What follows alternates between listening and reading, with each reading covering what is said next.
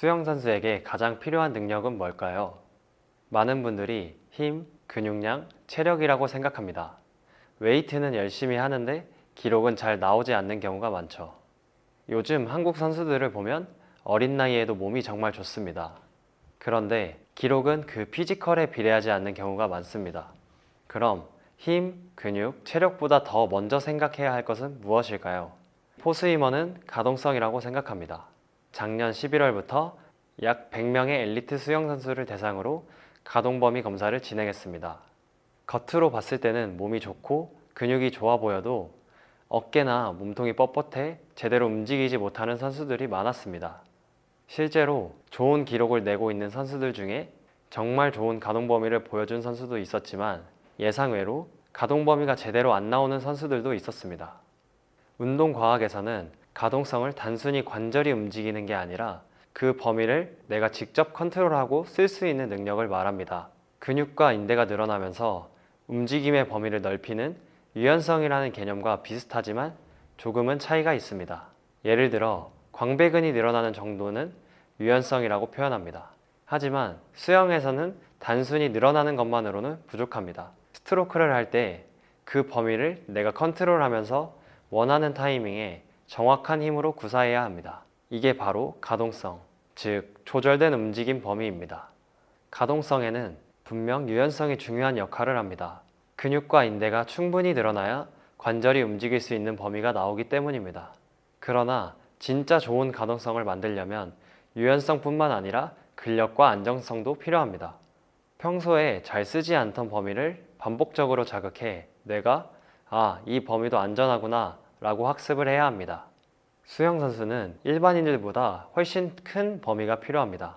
예를 들어 자유형 배영에서 몸통을 돌리며 팔을 뻗어 물을 잡으려는 순간 어깨의 움직임은 정상 범위를 훨씬 넘어섭니다. 킥을 차는 발목 또한 마찬가지죠. 수영에서 강력한 추진력을 만들어내는 순간은 항상 관절의 끝범위에서 발생합니다. 이 모든 것이 가동성이 제대로 나와야 자세를 만들어낼 수 있습니다. 이 범위가 충분히 확보되지 않으면 신체는 다른 근육과 관절을 억지로 써서 보상하게 되고 결국 저항은 늘어나고 기록은 떨어집니다. 그래서 수영 선수들에게 가동성 훈련은 절대 소홀히 해서는 안 되는 경기력을 좌우하는 핵심입니다. 실제로 수영 선진국인 호주와 미국에서는 가동성을 단순히 스트레칭이 아니라 수영 동작과 연결되는 능력으로 보고 선수들의 가동 범위를 꾸준히 관리합니다. 선수들의 가동 범위를 체크하면 몸이 어떻게 변하는지, 수영 동작이 어떻게 달라지는지 알 수 있습니다. 예를 들어 수영이 잘 될 때나 잘 되지 않을 때 그 시점의 관절 가동성을 체크해 둔다면 경기력 변화를 더 명확하게 알 수 있습니다. 여러분도 자신의 가동성이 어느 정도 나오는지 궁금하지 않으신가요? 저희 포스위머는 개인 선수나 팀 단위로 가동성 테스트 프로그램을 운영하고 있습니다. 동계 훈련을 앞두고 내 몸 상태를 정확하게 점검하고 싶은 선수나 팀이라면 아래 고정 댓글에 있는 링크를 통해 신청하실 수 있습니다. 수영을 하다 보면 가동성이 부족한 선수도 물속에서는 부력 덕분에 잘 되는 것처럼 느껴지거나 불편함을 느끼지 못하는 경우가 많습니다. 예를 들어 발목이 뻣뻣한 선수는 킥을 찰 때 실제로 발끝이 완전히 펴지지 않아 킥의 추진력이 떨어지지만 물속에서는 잘 모를 수도 있습니다. 또 어깨 가동성이 부족한 선수는 팔을 길게 뻗어 스트림라인을 잡지 못하거나 스트림라인을 유지하지 못해 물의 저항을 많이 받습니다. 그래서 가동성은 물속에서 느끼는 편안함으로 판단할 수 없고 지상에서 제대로 판단해야 합니다.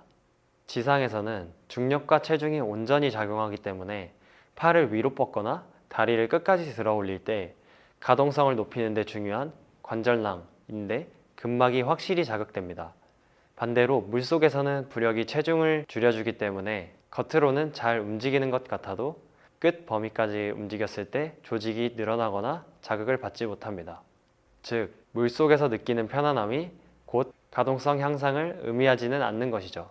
가동성을 만들기 위한 과정뿐만 아니라 그 가동성을 정확하게 확인하는 테스트 또한 지상에서 이루어집니다.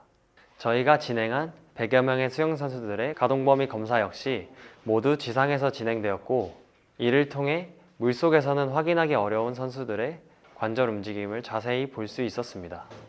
결국 수영 선수에게 필요한 가동성은 확인하는 작업도 만들어가는 과정도 모두 지상에서 진행되어야 합니다. 중력과 체중이 온전히 작용하는 환경에서 진짜 가동성을 확보할 수 있기 때문입니다. 그렇지 않습니다.